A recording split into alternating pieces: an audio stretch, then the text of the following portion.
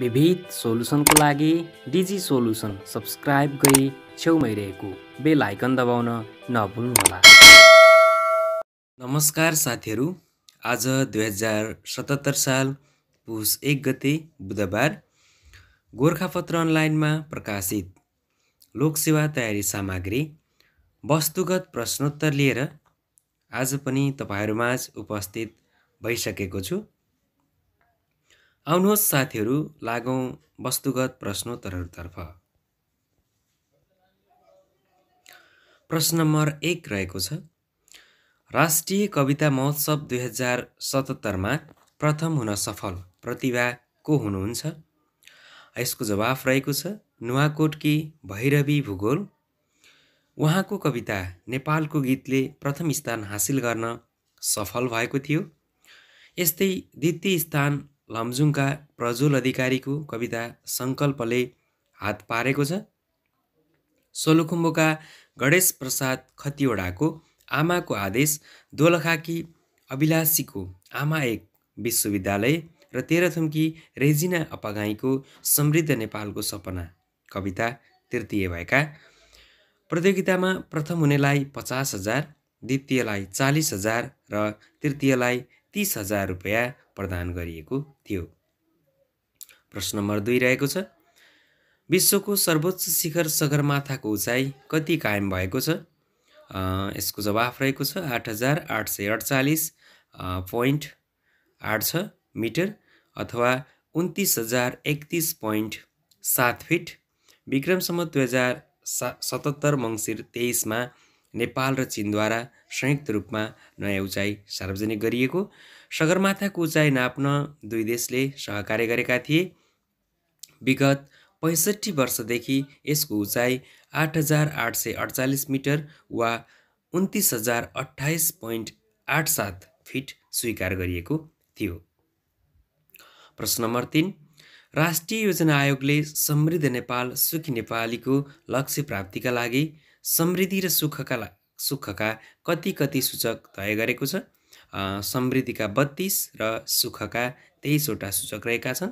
प्रश्न number 4, Indo Pacific क्षेत्र अन्तर्गत कतिवटा देशहरू पर्दछन्? यसको जवाफ रहेको छ 24 वटा। नेपालमै बनेको पहिलो विद्युतीय मोटरसाइकल कुन हो? यसको जवाफ रहेको छ यात्री। प्रश्न नम्बर 6, स्थानीय तह निर्वाचन 2075 मा निर्वाचित सबैभन्दा कम उमेरका स्थानीय तह प्रमुख को हुन्? यसको जवाफ रहेको छ उदय कुमार यादव। उहाँ 24 वर्षका हुनुहुन्छ। उहाँ शहीद नगरपालिका सिरहमा कार्यरत हुनुहुन्छ। प्रश्न नम्बर 7, नेपालकै पहिलो सरकारी गाउँका रूपमा घोषित गाउँ कुन हो? चौहान डाँडा, तेह्रथुम। प्रश्न नम्बर 8, सङ्घ अन्तर्गत रहेका जिल्ला कार्यालयहरू स्थानीय तहमा हस्तान्तरण गर्ने निर्णय कहिले गरियो? विक्रम सम्वत 2075 साउन 1 गते। प्रश्न नम्बर 9, हालै नासाका वैज्ञानिकहरूले अन्तरिक्षमा कुन बिरुवा उमारेका छन्? यसको जवाफ रहेको छ मुला। नासाका अन्तरिक्ष यात्री पाइलट इन्जिनियर केक रुबिन्सले पहिलो पटक इन्टरनेसनल स्पेस स्टेसनमा उमारिएको मुलाको फसल काटेका थिए। केटले मुलाका 20 बिरुवा प्याक गरी सन् 2021 मा पृथ्वीमा ल्याउन कोल्ड स्टोरेजमा राखेका छन्। नासाको यो प्रयोगको नाम प्लट हेबिटेट 02 राखिएको। यसअघि अन्तरिक्षमा गहुँ उमारिएको थियो। फरक प्रकारका खाद्यान्न तरकारी उमारेर अन्तरिक्षमा कस्ता खालका बिरुवा उमार्न सकिन्छ जुन लामो समयसम्म रहने अन्तरिक्ष यात्रीहरूको लागि उपयोगी बन्न सक्छ भन्ने कुराको परीक्षण भइरहेको बताइएको छ। प्रश्न नम्बर 10, जलवायु परिवर्तन सम्बन्धी पेरिस सम्झौतामा अनुमोदन गर्ने पहिलो र सार्क राष्ट्र कुन हो? यसको जवाफ रहेको छ मालदिप्स। नेपालले सन् 2016 अक्टोबर 24 मा यो सम्झौता अनुमोदन गरिसकेको छ। प्रश्न नम्बर 11, इन्चोन रणनीति 2013-22 केसँग सम्बन्धित छ? यसको जवाफ रहेको छ अपाङ्गता भएका व्यक्तिहरूको अधिकार। प्रश्न नम्बर 12, नेपाल सरकारले बौद्धिक सम्पत्ति संरक्षण सम्बन्धी कार्यालय कुन मन्त्रालय अन्तर्गत स्थापना गर्ने निर्णय गरेको हो? यसको जवाफ रहेको छ अर्थ मन्त्रालय। प्रश्न नम्बर 13, सुगौली सन्धि गरिएको ठाउँ कहाँ पर्छ? यसको जवाफ रहेको छ मकवानपुर। प्रश्न नम्बर 14, तमरा छोरी नामक नाच नेपालको कुन जिल्लामा प्रचलित छ? यसको जवाफ रहेको छ लमजुङ। प्रश्न नम्बर 15, जैविक हतियार निषेध सम्बन्धी महासन्धिको नेपाल कतिौँ पक्ष राष्ट्र हो? यसको जवाफ रहेको छ 177औं। नेपालले विक्रम सम्वत 2073 कार्तिक 19मा अनुमोदन गरेको हो। प्रश्न नम्बर 16, पाउलो रोसी कुन खेलसँग सम्बन्धित खेलाडी हुन्? यसको जवाफ रहेको छ फुटबल। उनले सन् 1982मा इटलीलाई फुटबल उपाधि दिलाउन महत्त्वपूर्ण भूमिका निर्वाह गरेका, एकै वर्ष गोल्डेन बुट, गोल्डेन बल तथा फिफा वर्ष खेलाडी हुने रोसी अहिलेसम्मकै एक्ला खेलाडी हुन्। रोसीको 64 वर्षको उमेरमा सन् 2020 डिसेम्बरमा निधन भएको हो। प्रश्न नम्बर 17, पर्यटनका लागि सँगसँगै भन्ने मूल नाराका साथ राजधानीमा सम्पन्न मिसेस नेपाल टुरिज्म 2020 को उपाधि जित्ने युवती को हुन्? यसको जवाफ रहेको छ मनिता रिसाल, बुढाथोकी, बाफल काठमाडौँ। त्यस्तै मिस टिन टुरिज्म 2020 को उपाधि अस्मिता कालाखेतीलाई प्रदान गरिएको छ। प्रश्न नम्बर 18, नेपालकै पहिलो मानवाधिकार मैत्री गाउँपालिका रूपमा घोषित गाउँ कुन हो? राचुली गाउँ कालीकोट, विक्रम सम्वत 2075 जेठ 17मा घोषित भएको हो। प्रश्न नम्बर 19, सर्वप्रथम नगरगान घोषणा गर्ने नगरपालिका कुन हो? तिलोत्मा नगरपालिका, रूपन्देही।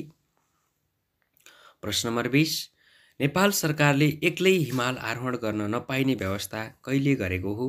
विक्रम सम्वत 2074 पुष 15 गते। प्रश्न नम्बर 21, अनुपम कारिगरीको नमुना शाश्वत धाम कहाँ पर्छ?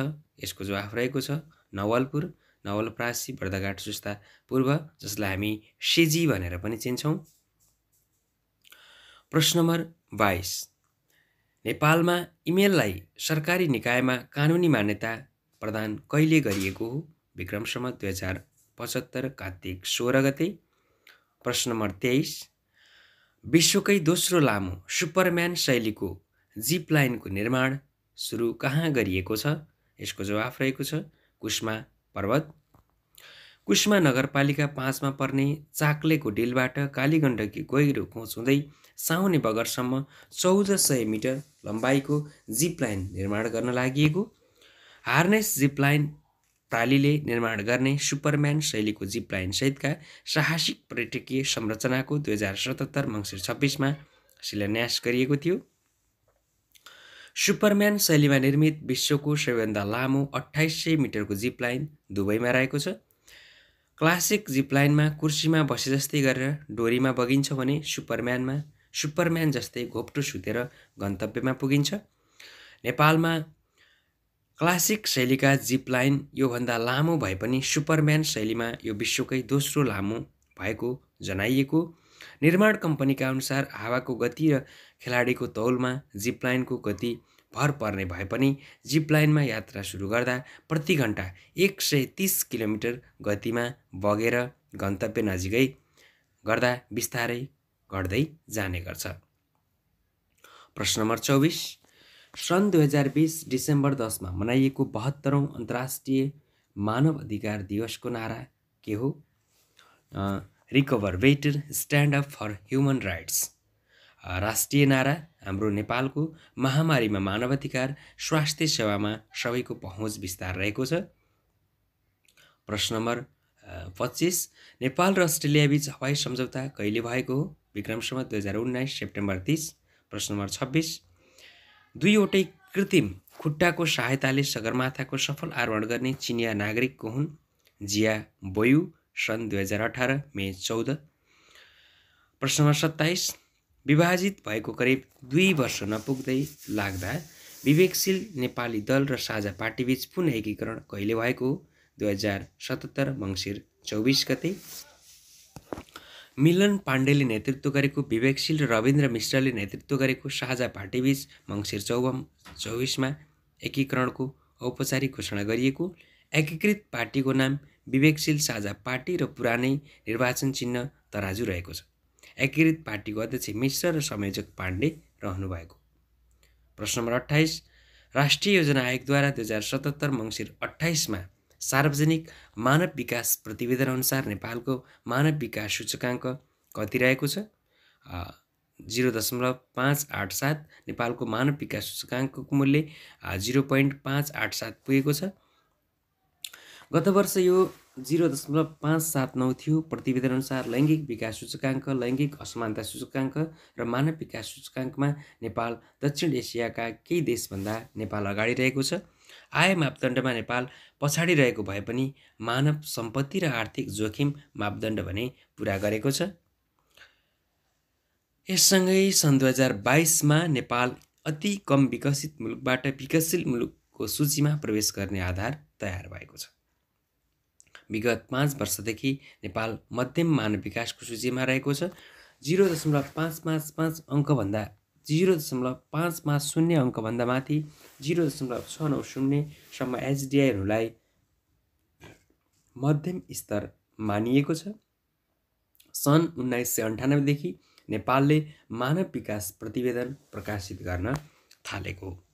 प्रश्न नम्बर 29, समयको संक्षिप्त इतिहास नामक कृतिका लेखक को हुन्? स्टेफन हकिङ। प्रश्न नम्बर 30, अन्तर्राष्ट्रिय उड्डानका क्रममा हुने जोखिम बापत विदेशी र नेपालीलाई यात्रुले पाउने बिमा लगायतका सुविधा समान हुने गरी मन्ट्रियल महासन्धि कहिले लागू भएको हो? विक्रम सम्वत 2075 मङ्सिर 29 अथवा सन् 2018 डिसेम्बर 15। नागरिक उड्डयन सम्बन्धी महत्त्वपूर्ण सुसन्धि मङ्सिर 29 देखि नेपाली वायु सेवा निगम कम्पनी र यात्रुमा पनि लागू भएको। गत भदौ 7 गते नेपालको संसदबाट अन्तर्राष्ट्रिय हवाई परिवहन विषयक नियमहरू एकीकरण गर्ने सम्बन्धमा व्यवस्था भएको महासन्धि पारित भएको र सो महासन्धि नेपालले आइकाओमा बुझाएको 60 दिन भएपछि लागू भएको। यसअघि नेपालले वार्सा महासन्धि र हेग प्रोटोकल अनुसार हवाई बिमा दाबी गर्नुपर्दा प्रति व्यक्ति 20,000 अमेरिकी डलर पाउने गरेकोमा मनी ट्रेल महासन्धि लागू भए पश्चात सो बिमा बापत 1,60,000 अर्थात् करिब 2.25 करोड रुपियाँ पाउने। सन् 1999मा मे 28मा अन्तर्राष्ट्रिय हवाई यात्रुको सुरक्षा सम्बन्धमा क्यानाडाको मन्ट्रियलमा पारित नागरिक उड्डयन सम्बन्धी अन्तर्राष्ट्रिय महासन्धिलाई मन्ट्रियल महासन्धिका रूपमा चिनिने। सो महासन्धि सन् 2003 देखि कार्यान्वयनमा आएको। संसारभरिका अन्तर्राष्ट्रिय उडानका वायुसेवा र हवाई सेवाका यात्रुका लागि एउटै नियम र शर्त लागू गराउनु यस महासन्धिको उद्देश्य रहेको छ। यो लोकसेवा तयारी सामग्री जुन गोरखापत्रमा टङ्क केसीले प्रस्तुत गर्नुभएको थियो। हवस् त साथीहरू, आजको लागि यो सामग्री यति नै। यस्तै जानकारीका लागि digi solution YouTube channel subscribe गर्न नभुल्नुहोला। आजको लागि यहाँहरू माझबाट बिदा हुन्छु। धन्यवाद। नमस्कार।